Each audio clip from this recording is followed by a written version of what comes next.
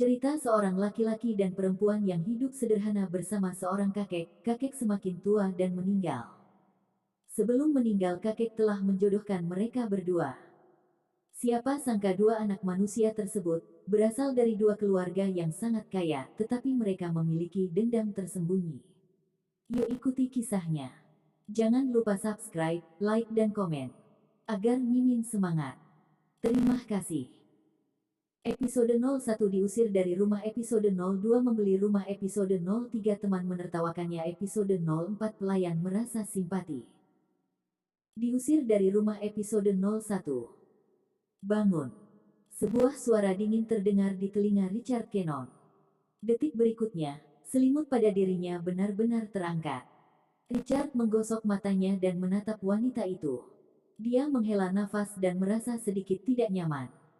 Wanita cantik di depannya adalah Gracia Jordan, yang 4 atau 5 tahun lebih tua dari Richard. Dia diadopsi oleh kakek Richard dan dipersiapkan untuk menjadi pengantinnya sejak muda. Tapi sejak kematian kakeknya, sikapnya terhadap Richard menjadi semakin buruk. Kamu sampah yang tidak berguna, wajahmu bahkan membuatku kesal. Wajah cantik Gracia penuh dengan rasa jijik. Petik 2. Richard mengerutkan kening dan memutuskan untuk tidak mengingat kata-kata Gracia. Biarkan saya memberitahu Anda, saya telah melakukan yang terbaik untuk mendukung Anda. Jika Anda tidak berperilaku baik, saya akan mengusir Anda dari rumah ini. Richard mengenakan pakaiannya dan mengepalkan tinjunya. Tapi kamu istriku. Tidak, tidak. Kakekmu yang memaksaku menikahimu. Apakah dia pernah bertanya padaku apakah aku setuju? Bagaimana aku bisa menikah dengan orang yang tidak berguna sepertimu? Richard mengenakan pakaiannya dan berdiri di depan Gracia. Istri. Jangan panggil aku istri. Aku akan memperingatkanmu untuk terakhir kalinya. Uang yang dulu kamu makan dan minum sekarang milikku. Jika kamu berani memanggilku istri, aku akan membiarkanmu mati di jalanan. Gracia mendengus dingin dan menatap Richard dengan jijik. Tapi aku yakin sampah sepertimu tidak akan bisa bertahan lama di jalanan. Sejak kakek pergi, penghinaan seperti itu tidak lagi asing bagi Richard. Harga dirinya yang rapuh hampir dihancurkan oleh Gracia. Terkadang Richard ragu bahwa dia benar-benar sampah. Istri. Gracia, aku tidak punya uang. Richard menarik napas dalam-dalam. Dia baru mahasiswa tahun ini, dan Gracia bukan hanya dosen universitas, dia juga pemilik perusahaan itu. Dia adalah orang yang kaya. Lihat dirimu sendiri, kamu terlihat seperti pengemis. Menjijikkan. Gracia memandang Richard dengan jengkel. Kemudian dia mengeluarkan $200 dari tasnya dan melemparkannya ke tanah. Kemudian dia berbalik dan pergi. Melihat uang di tanah, Richard mengepalkan tinjunya. Pada akhirnya, dia tidak mengambil uang di tanah. Dia berjalan keluar rumah dengan sisa harga dirinya. BMW Gracia melaju keluar dari garasi saat Richard berdiri di pinggir jalan dan mengawasi. Dia berada di universitas yang sama dengan Gracia, jadi mereka menuju ke arah yang sama. Namun, mobil Gracia tidak berhenti tetapi melaju melewati Richard. Keluar dari sini dan naik bus. Sepotong sampah tidak layak untuk ditumpangi mobilku. Setelah mengatakan itu, Gracia menginjak pedal gas dan pergi. Richard menggertakkan giginya dan menatap BMW yang menghilang di ujung jalan. Matanya sedikit merah. Gracia, kamu sudah keterlaluan. Dia tidak punya uang sekarang.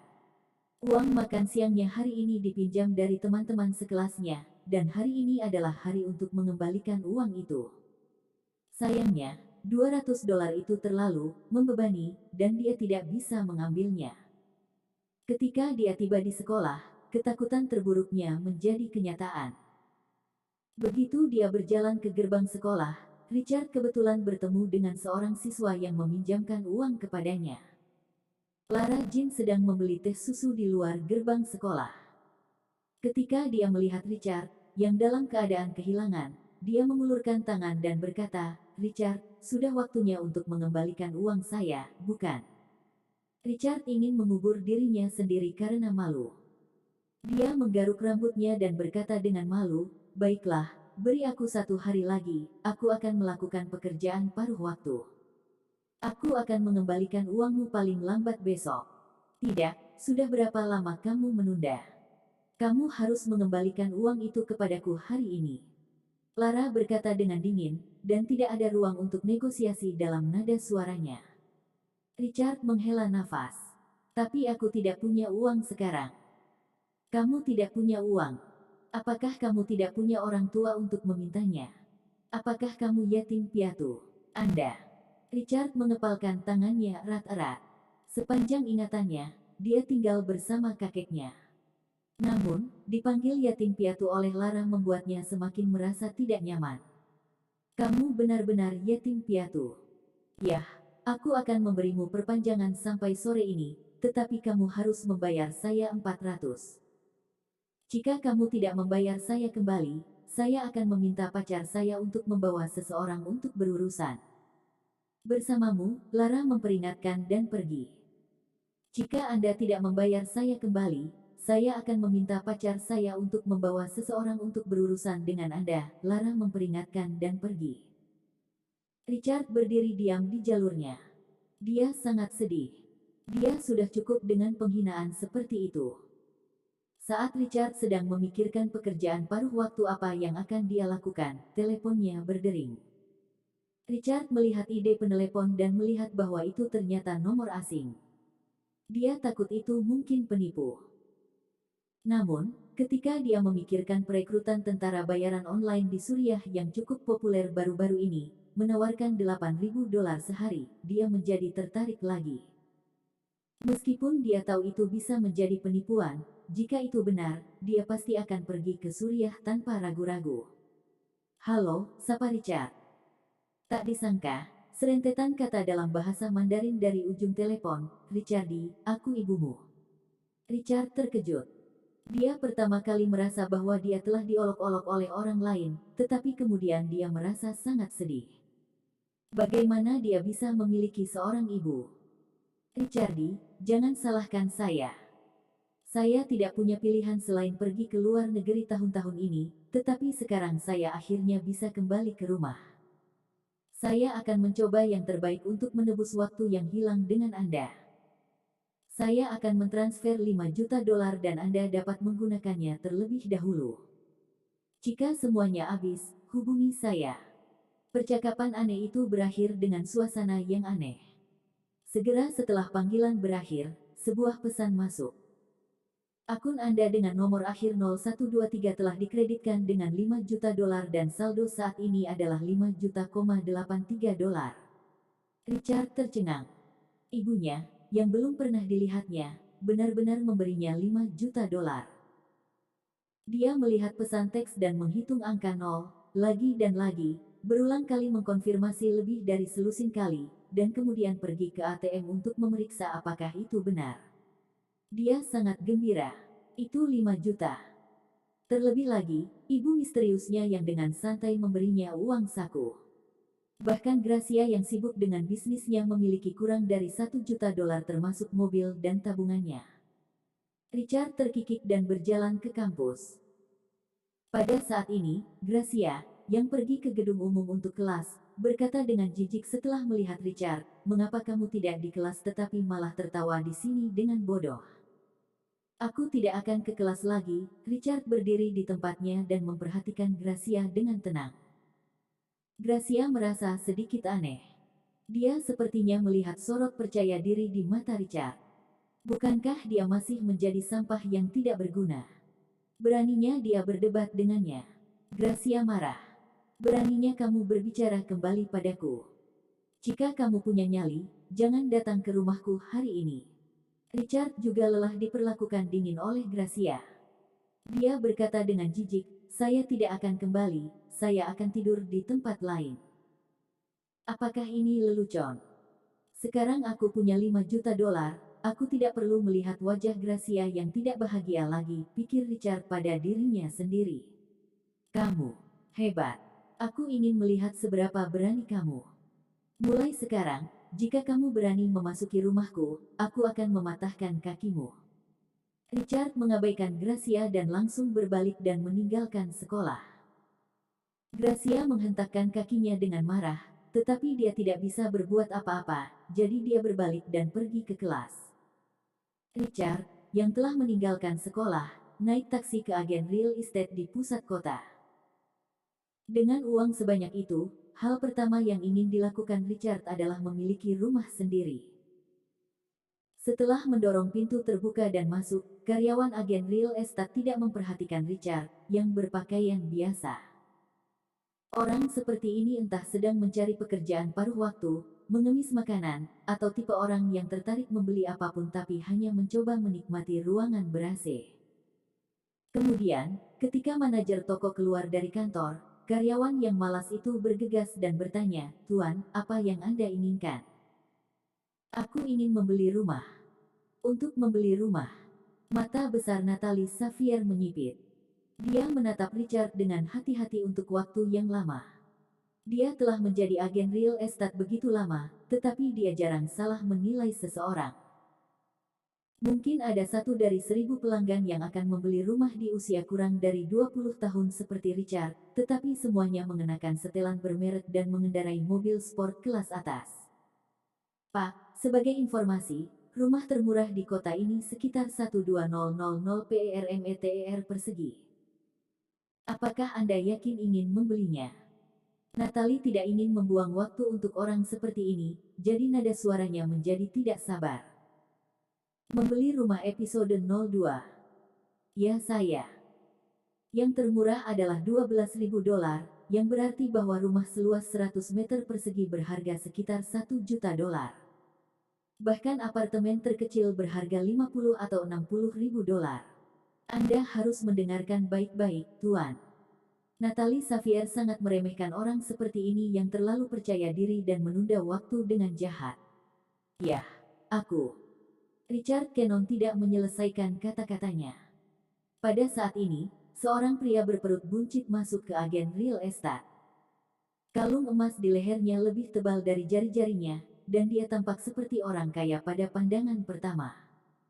Natalie segera memilih untuk meninggalkan Richard dan menyapa pria itu dengan senyuman. Itu benar-benar berbeda dari cara dia memperlakukan Richard. Saat Natalie melihat pria gendut itu, ia langsung tersenyum bahagia. Tuan, apakah Anda ingin membeli rumah? Ya, saya ingin membeli rumah. Perkenalkan beberapa sumber perumahan berkualitas tinggi kepada saya. Natalie tersenyum lebih bahagia. Ya, ya. Kami memiliki banyak rumah berkualitas tinggi untuk Anda dengan layanan kelas atas kami.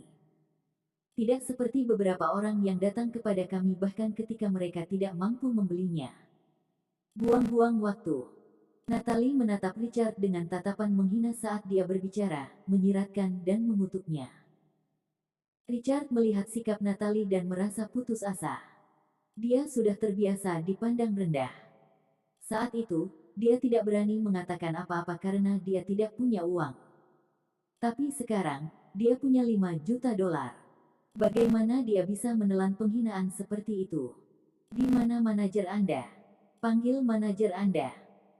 Mendengar kata-kata Richard, Natalie mencibir dan berkata, "Apakah orang sepertimu masih memiliki hak untuk bertemu dengan manajer kita?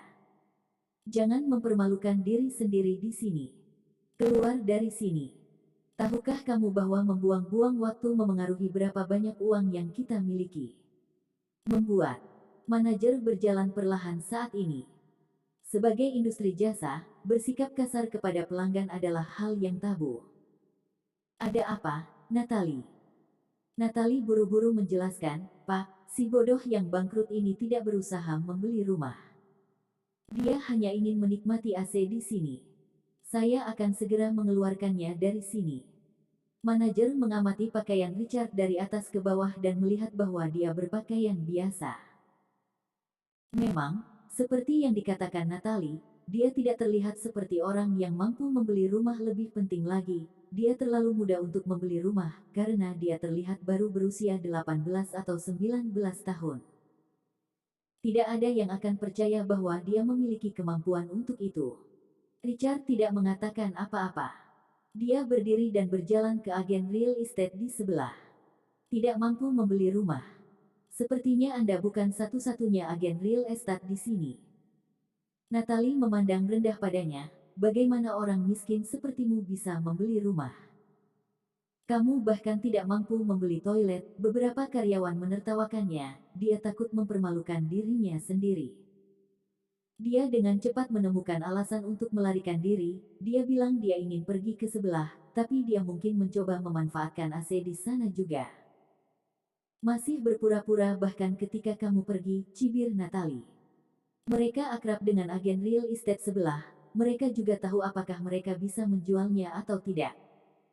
Setelah melihat Richard pergi, Natalie buru-buru berlari ke arah si gendut dan tersenyum meminta maaf. Maaf membuatmu menunggu, bos. Maaf membuatmu menunggu. Si gemuk menggelengkan kepalanya dan berkata, tidak apa-apa. Tidak apa-apa. Namun, tidak peduli bagaimana Natalie menyambutnya dengan senyum, si gendut tidak pernah berbicara tentang uang. Pada akhirnya, kesabaran Natalie habis dan dia bahkan mulai memohon. Pada saat ini, semua karyawan agen real estate melihat keluar. Di bawah bimbingan penuh hormat dari staf di sebelah, Richard masuk ke Mercedes-Benz yang khusus digunakan untuk membawa pelanggan melihat sebuah ruangan.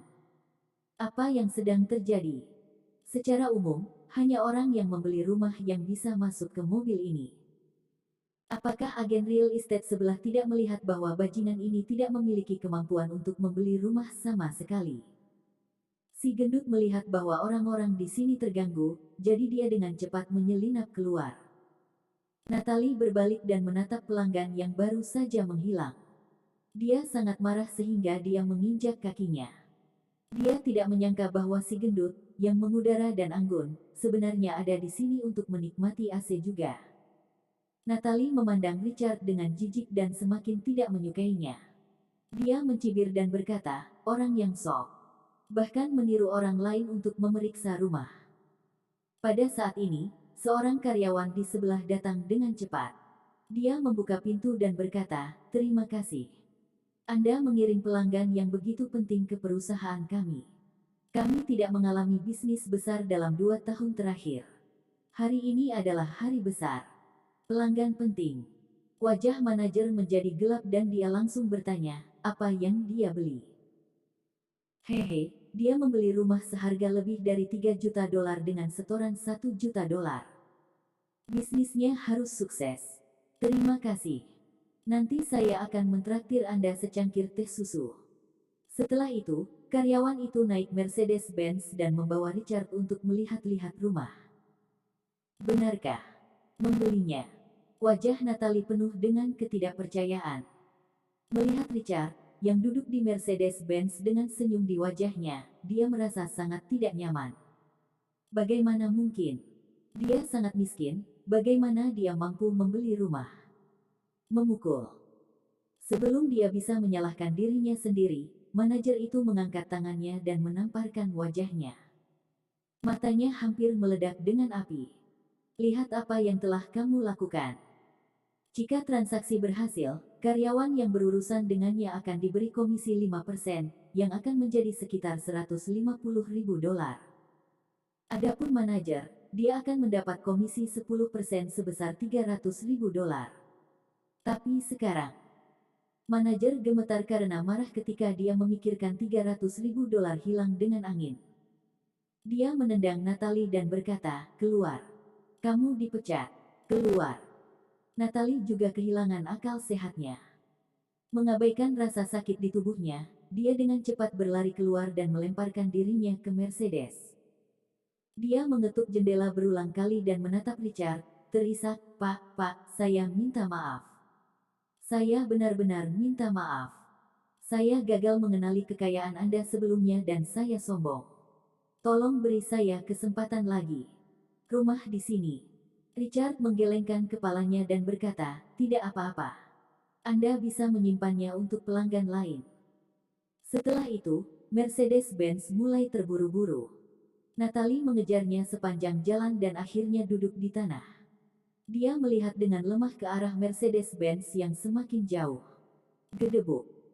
Manajer melemparkan barang-barang pribadi Natalie keluar dari pintu dan berteriak padanya. Pergi dari sini. Jangan biarkan aku melihatmu di sini lagi. Tanda pisah tanda pisah tanda pisah tanda pisah tanda pisah tanda pisah tanda pisah tanda pisah tanda pisah tanda pisah tanda pisah tanda pisah tanda pisah tanda pisah tanda pisah tanda pisah tanda pisah tanda pisah tanda pisah tanda pisah. Richard Cannon cukup puas dengan rumahnya. Itu memiliki 3 kamar tidur, 2 ruang tamu, dan 3 kamar mandi. Terletak di pusat kota, kawasan bisnis lebih makmur dan ada banyak ruang untuk renovasi. $3,5 juta dibayarkan sekaligus dengan murah hati. Penjual itu sudah lama tidak melihat orang kaya seperti itu, dan wajahnya penuh kekaguman dan kecemburuan. Dia kemudian mengambil inisiatif untuk mengirim Richard kembali ke universitas. Ketika dia tiba di universitas, Richard mengangguk dan berkata, "Kamu bisa menurunkanku di sini." Penjual itu tersenyum hormat dan berkata, "Baiklah, hati-hati Pak. Proses pemindahan rumah harus selesai besok dan Anda harus bisa pindah lusa." Oke, Richard mengangguk dan memutuskan untuk tinggal di hotel untuk sementara waktu selama 2 hari ke depan. Namun, yang ingin dia ketahui lebih jauh adalah bagaimana perasaan Gracia ketika dia melihat bahwa rumahnya 3 atau 4 kali lebih besar dari rumahnya. Ketika mereka tiba di gerbang, Richard pertama-tama mengeluarkan $20.000 sebelum masuk ke universitas. Tidak banyak kelas di sore hari, tetapi Richard sudah absen untuk seluruh kelas, karena dia telah ditahan di luar untuk sementara waktu. Melihat Richard berjalan ke dalam kelas, Lara Jean mencibir, "Siapa ini? Bukankah ini Richard, pengemis kelas kita? Sudah kubilang, jangan pinjamkan uangmu pada orang seperti itu.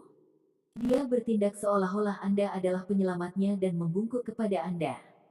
Namun, ketika Anda mencoba untuk mendapatkan kembali uang darinya, dia bertindak tanpa malu-malu seperti penipuan yang mencoba mencuri uang Anda. Omong-omong, dia belum membayar saya uang saya sampai sekarang. Oh, orang ini tidak punya orang tua, siapa yang tahu dari bajingan mana dia belajar taktik ini." Seluruh kelas tertawa terbahak-bahak. Ditertawakan episode 03. Mereka semua tahu bahwa Richard Cannon adalah orang miskin karena dia selalu mengenakan 2 kemeja sepanjang tahun. Meskipun tidak ada bau aneh, pakaian itu sangat pudar dan sobek sehingga tidak sedap dipandang. Seseorang bertanya, "Lara Jean, berapa dia berutang padamu?" $400. Itu hanya pengeluaran sehari untukku, tapi baginya, mungkin sebulan. Mengesampingkan berapa banyak dia berutang padaku, orang ini benar-benar menjijikkan. Dia tidak pantas menjilat sepatuku. Ekspresi Richard acuh tak acuh. Dia menatap Lara, mengambil $400 dari tasnya dan berkata, "Saya sangat berterima kasih ketika Anda bersedia meminjamkan saya uang ketika saya kelaparan. Tapi Anda hanya memfitnah saya. Mari kita sebut saja sekarang." Lara mengerutkan kening melihat uang di tangannya. Dia bertanya dengan dingin, "Apakah kamu mencurinya atau merampoknya?" Seseorang berkata, "Mari kita periksa kantong kita untuk melihat apakah kita kekurangan uang." "Aku mendapatkannya sendiri," kata Richard dengan tenang. "Anda?" Lara mencibir dan berkata, "Mengapa tidak melihat diri Anda di cermin? Bagaimana Anda mendapatkan $400 di pagi hari? Apakah Anda menjual tubuh Anda atau sesuatu?" Seluruh kelas tertawa terbahak-bahak dan seseorang berkata, "Saya khawatir orang ini tidak bernilai banyak uang bahkan jika dia pergi untuk menjual dirinya sendiri." Melihat begitu banyak siswa menertawakannya di kelas, Richard duduk dan menghela nafas. "Lara, kamu harus lebih mudah pada orang." Lara mendengus dan berkata, "Kalau begitu ceritakan apa yang telah kamu lakukan. Jawab beberapa pertanyaan kami." Richard mengerutkan kening untuk waktu yang lama dan membuat alasan. Dia berkata dengan santai, "Saya mengambil uangnya." "Oh, beruntung ya." Lara mencibir, nada jahatnya penuh dengan rasa iri. Siswa lain bertanya dengan cemburu, "Hei, berapa banyak yang kamu pilih?" Banyak siswa yang tertarik dan bertanya satu demi satu. "Ya, katakan padaku, berapa banyak yang kamu ambil?" Richard terdiam. Dia balas menatap teman-teman sekelasnya dan terus berbohong, 2.000. "Apa? Kamu benar-benar mengambil 2.000? Sial, itu biaya hidup saya selama lebih dari sebulan." Semua siswa sangat terkejut dan iri padanya. Jika mereka beruntung dan mengambil 2.000, hidup mereka akan lebih nyaman dan lebih mudah. "Huff, kau payah. Mengambil uang orang lain dan mengklaimnya sebagai milikmu. Sungguh memalukan untuk kelas kita." Ketika teman-teman sekelas ini mengejek Richard karena cemburu, Queenie Carson adalah satu-satunya yang membela Richard di kelas. Tapi Richard tidak peduli dengan gosip dan pembicaraan seperti itu. Dia hanya membiarkan mereka membicarakannya. Setelah kelas, Richard pergi ke ruang staf Gracia Jordan. Karena tidak ada kelas di sore hari, Gracia mendengarkan musik di ruang staf. Ketika dia melihat Richard, ekspresinya memburuk. "Apa yang kamu lakukan di sini?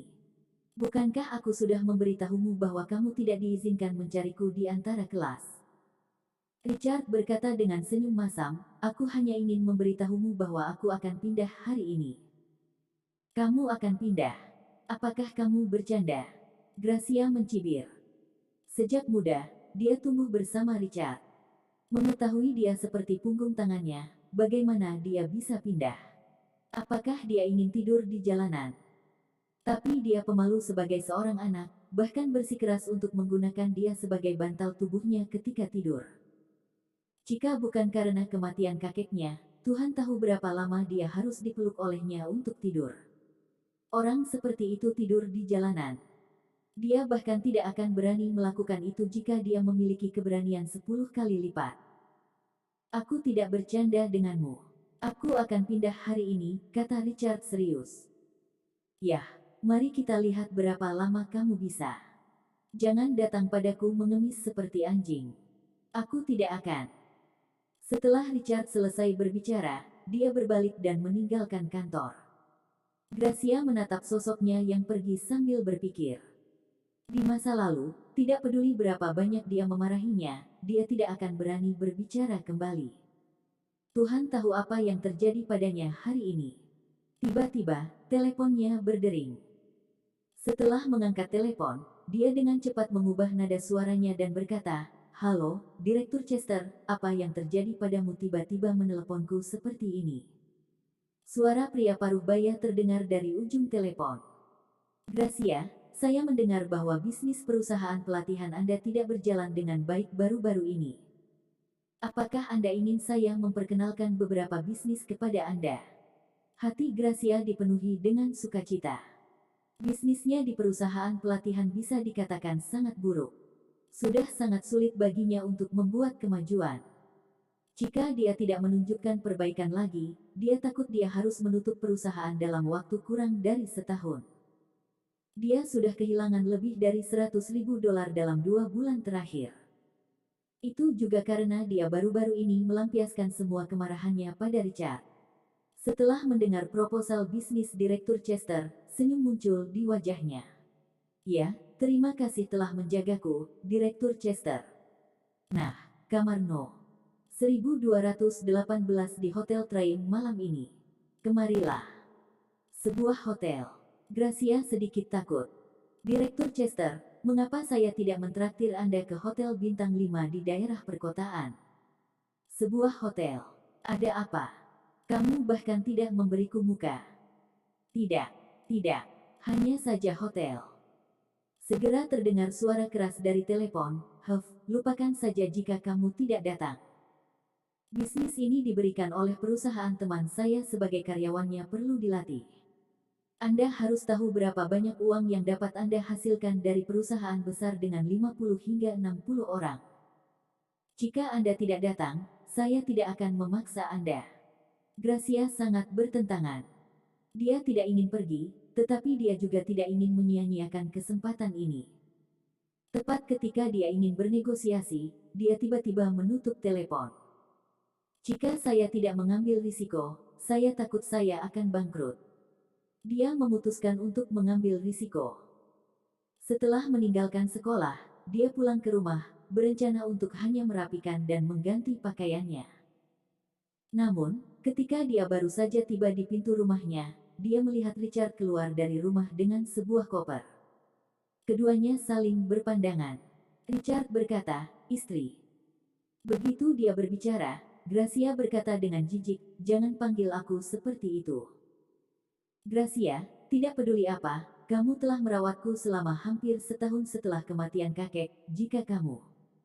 Gracia mendengus dan berkata, "Ada apa? Apakah Anda menyesalinya? Apakah Anda ingin saya memberi Anda kesempatan kedua?" Gracia mencibir dengan tidak sabar. "Tidak, maksud saya jika Anda memiliki kesulitan di masa depan, Anda dapat menelepon saya."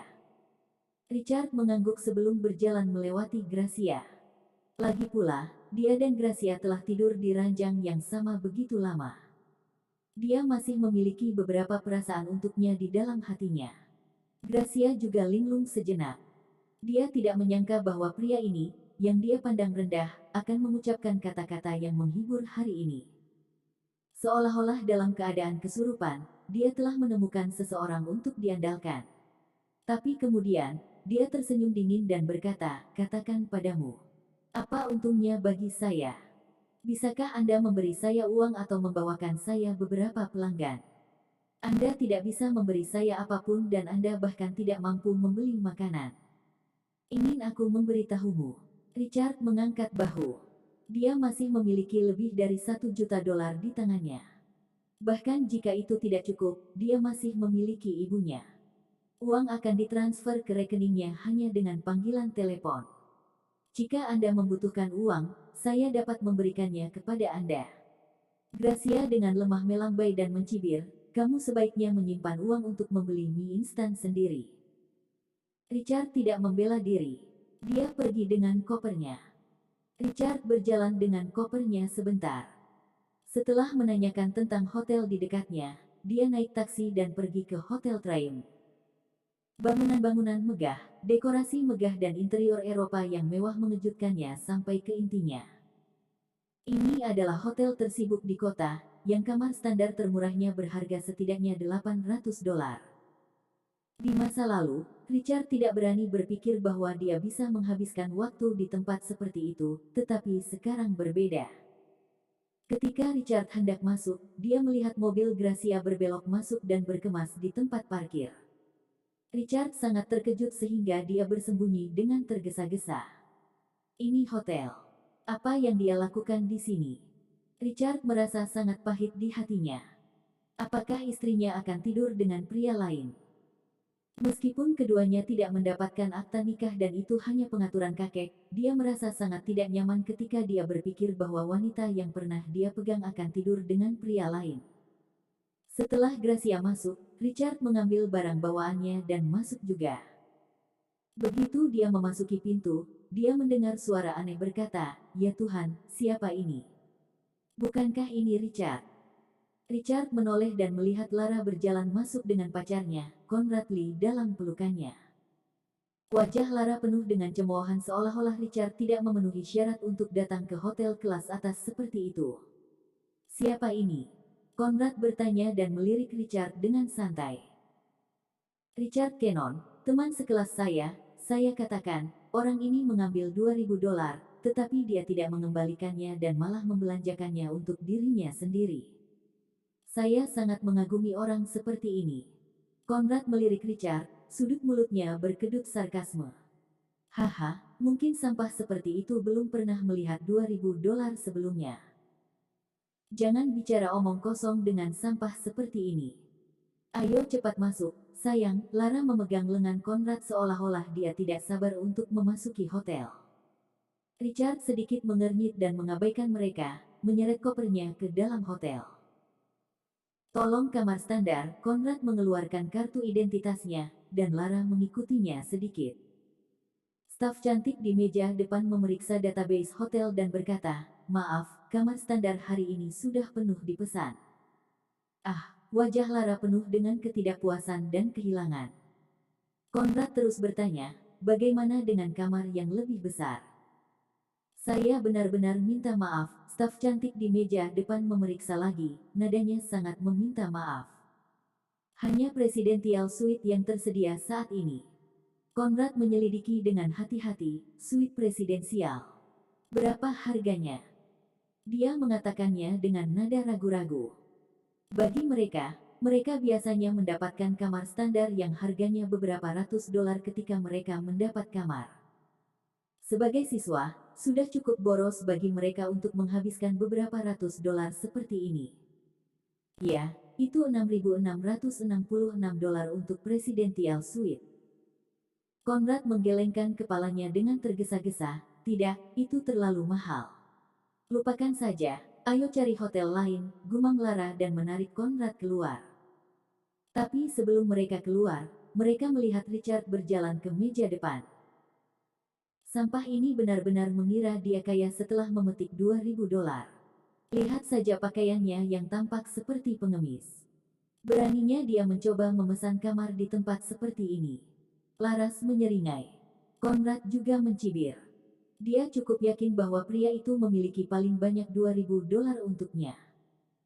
Dia pasti akan kaget setengah mati ketika mendengar harga untuk satu malam di Presidential Suite. Namun, bagaimana mungkin? Pikiran Konrad dipenuhi dengan keraguan saat dia melihat Richard berjalan menuju lift dengan kartu kamar di tangannya. Apa yang terjadi? Bukankah tidak ada kamar standar? Bagaimana Richard sampah itu bisa mendapatkan kamar? Lara Jean juga melihatnya dan dia menjadi semakin kesal. Dia berjalan cepat ke meja depan dan mengetuknya dengan keras, dan bertanya dengan menantang, "Hei, bukankah kamu baru saja mengatakan bahwa tidak ada kamar standar yang tersisa? Mengapa kamu membiarkan orang itu memesan satu? Hubungi manajermu. Saya akan mengajukan keluhan bahwa Anda menipu pelanggan Anda." Wajah Konrad juga dingin. Bagaimanapun, dia adalah anggota VIP hotel ini. Bagaimana dia bisa tertipu oleh resepsionis seperti itu? Dia penuh amarah. "Cepat dan panggil manajermu." Gadis di meja depan tertegun. Setelah jeda yang lama, dia berkata tanpa daya, "Kalian berdua salah paham. Kamar standar memang semuanya sudah dipesan. Kamar yang dipesan orang ini adalah Presidential Suite. Bagaimana ini mungkin?" Wajah Lara berubah. Sebelum dia menjawab dengan tergesa-gesa, "Tidak mungkin.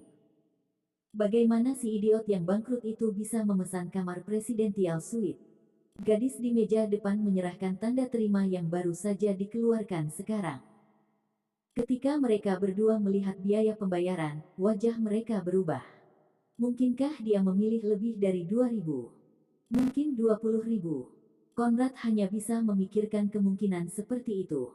Sangat mungkin. Lara bahkan lebih cemburu. Si idiot yang bangkrut itu benar-benar mendapatkan 20.000 dolar. Ini sebenarnya adalah biaya hidupnya selama 1 tahun. Betapa beruntungnya. Dia benar-benar pandai membelanjakan uang. Mengambil 20.000 dolar dan menghabiskan setengahnya dengan pemborosan seperti itu. Lara pahit dan wajahnya penuh ketidakpuasan. Idiot tetap idiot.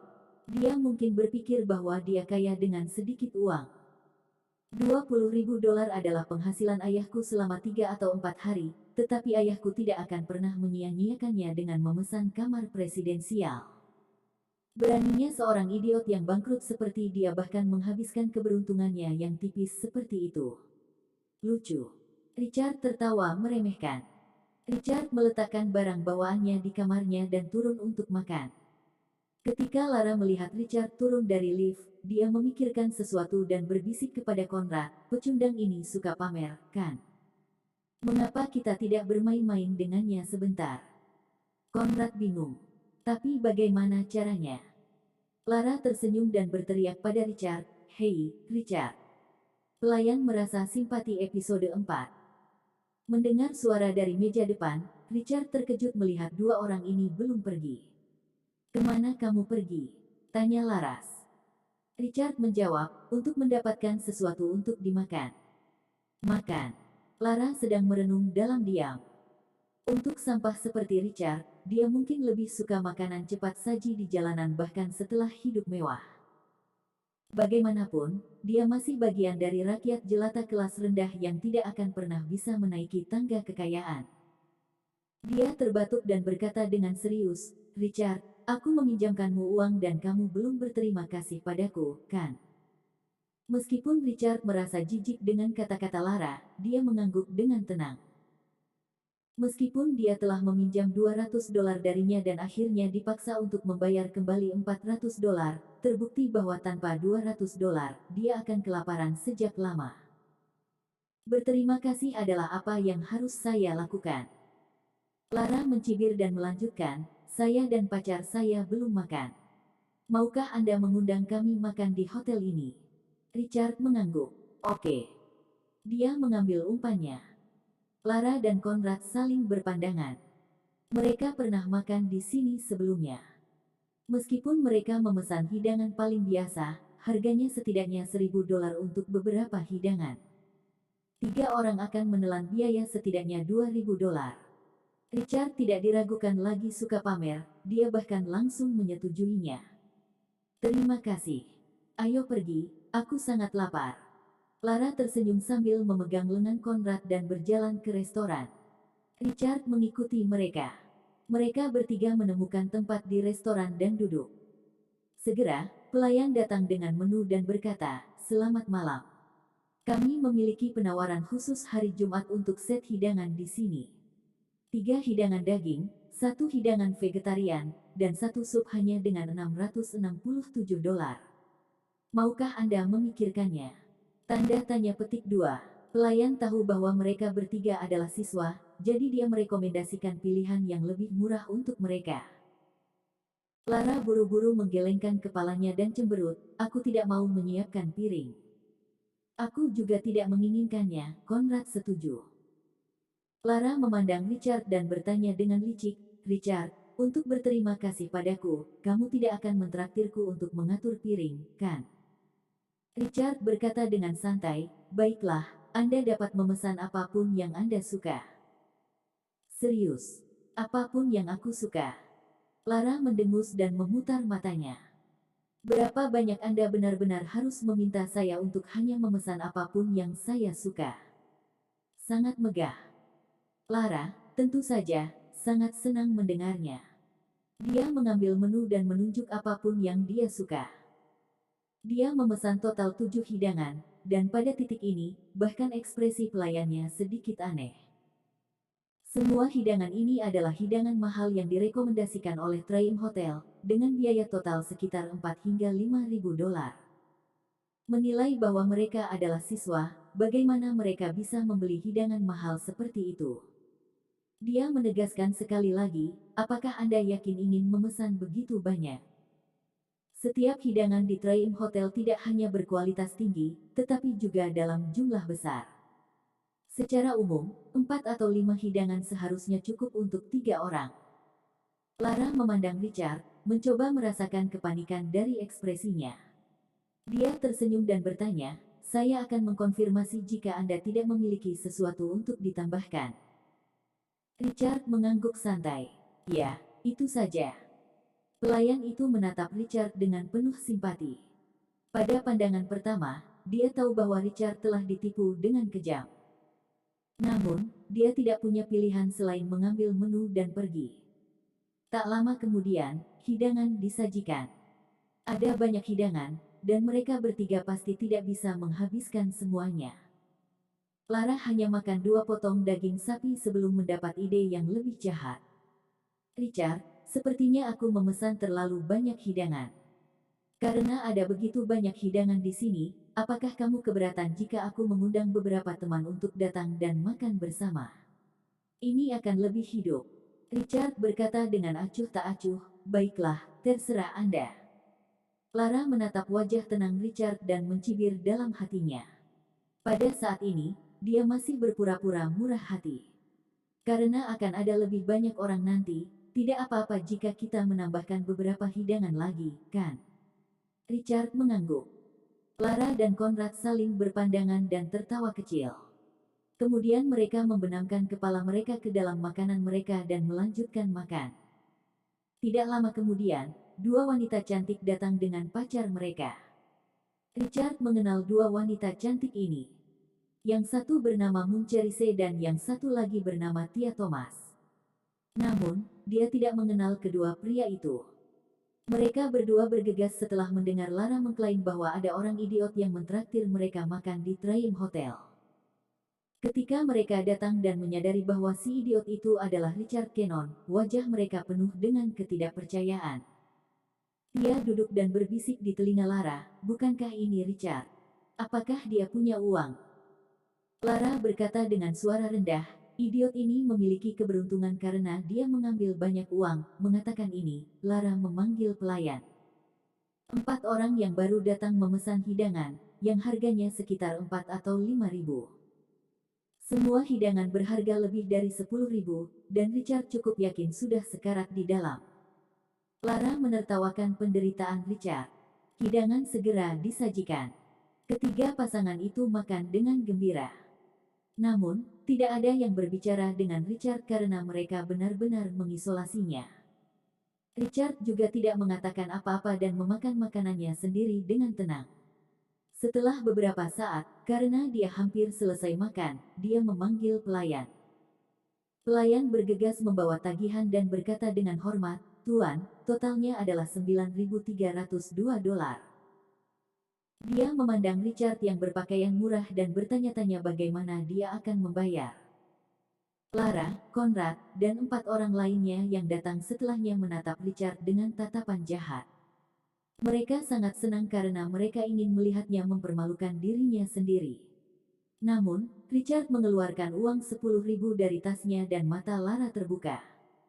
Benar saja, dia telah mengambil $20.000. Conrad dan yang lainnya penuh dengan kepahitan, tetapi bahkan jika dia beruntung, apa yang bisa dia lakukan? Hari ini, mereka akan memaksanya untuk menghabiskan semuanya. Richard mengeluarkan $3.000 dengan tenang dan menyerahkannya kepada pelayan. Setelah itu, dia berhenti mengambil uang lagi. Semua orang tercengang dan bingung. "Pak, ini $3.000. Ini tidak cukup." Lara berkata, "Ya, $9.300. Apa yang salah dengan itu? Anda meminjamkan saya sejumlah uang, jadi sangat masuk akal bagi saya untuk mentraktir Anda," kata Richard dengan tenang. "Tapi siapa orang-orang ini? Saya tidak mengenal mereka. Apa hubungannya dengan makanan mereka? Aku